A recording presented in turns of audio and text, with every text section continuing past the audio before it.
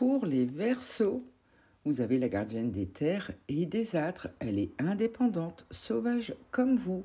Son pouvoir réside dans la force de l'action, dans l'indépendance de ses choix, dans sa force vive, la puissance et la droiture de son trait. Artémis vous montre une voie sans compromis, la séduction y est absente. Seul l'acte pur compte, donc il ne vous reste plus qu'à bouger pour ce jour d'Halloween. Pour les Scorpions, vous avez l'errance du vent, des collines. La force chamanique est ancienne et puissante, une force qui se concentre dans la terre et vient se confondre aux hautes pierres de la magie. Elle commande le blizzard et la neige, elle est alliée aux grands oiseaux de jet, aux cerfs, aux biches. Son pouvoir est cyclique, naturel et violent. Son chant vous apprend votre place, votre stature, votre force. Elle vous montre un chemin âpre, peut-être, mais grandiose, fait de transformation, de construction, de voyage et d'aventure. Prenez votre bâton de boulot et construisez votre vie stable et errante à la fois.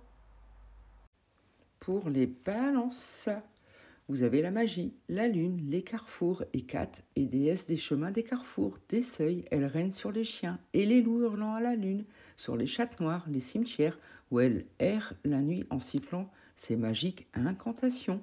Son ambivalence de fille de jour et de la nuit, son rôle de passeuse d'âme et sa proximité avec la lune de tous les sabbats font d'Hécate la mère des sorcières, la protectrice des arts divinatoires et des plantes magiques. La magie de cette carte est puissante et ténébreuse. Elle peut vous emmener vers des pouvoirs occultes qui dormaient au cœur de votre être et donner des ailes à votre perception. Tenez-vous prêts, au centre du carrefour, l'aventure arrive.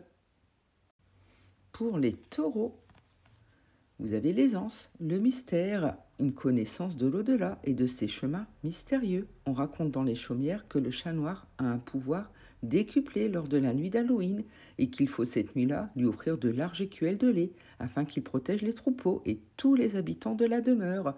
Observez, attendez avant d'agir, somnolez au soleil, déplacez-vous incognito sous couvert de la nuit. Cette carte est un sésame ouvrant sur la tranche chamanique et le voyage astral.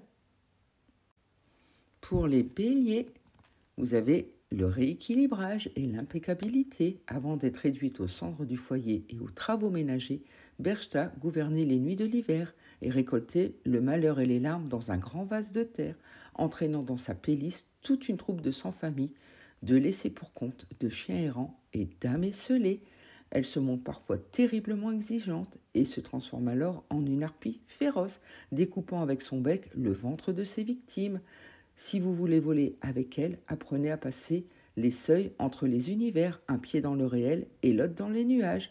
Là où votre imaginaire vous mène, vous pourrez dès lors être guidé, aider et soulager vos peines, prendre sous votre aile protectrice tout ce qui souffre. C'est une belle carte de don de soi, exigeante pourtant dans sa demande d'impeccabilité.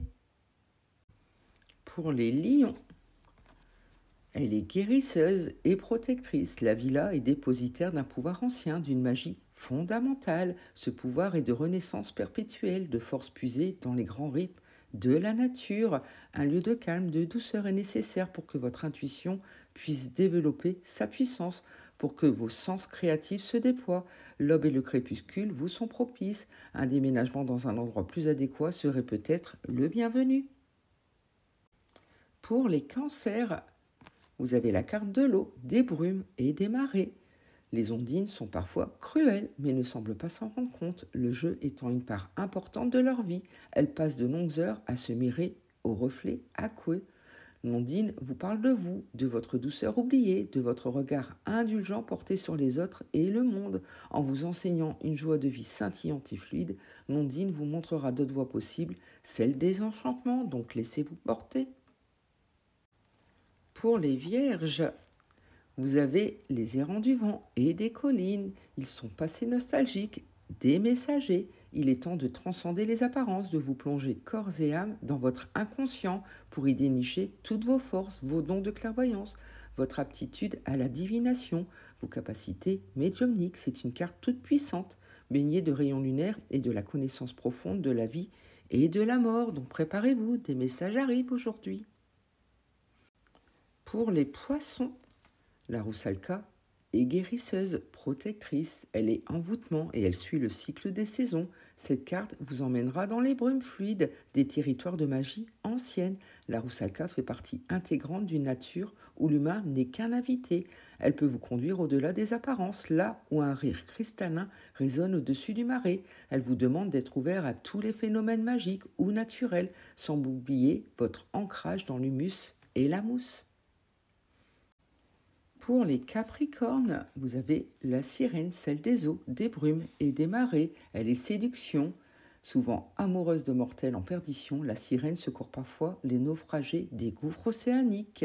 Cette carte est celle de la liberté et de l'espace. Vous en avez besoin pour respirer et explorer votre âme. Vos dons sont nombreux, musique, communication, thérapie. Mais toute démarche, toute quête va devoir se faire dans la profondeur.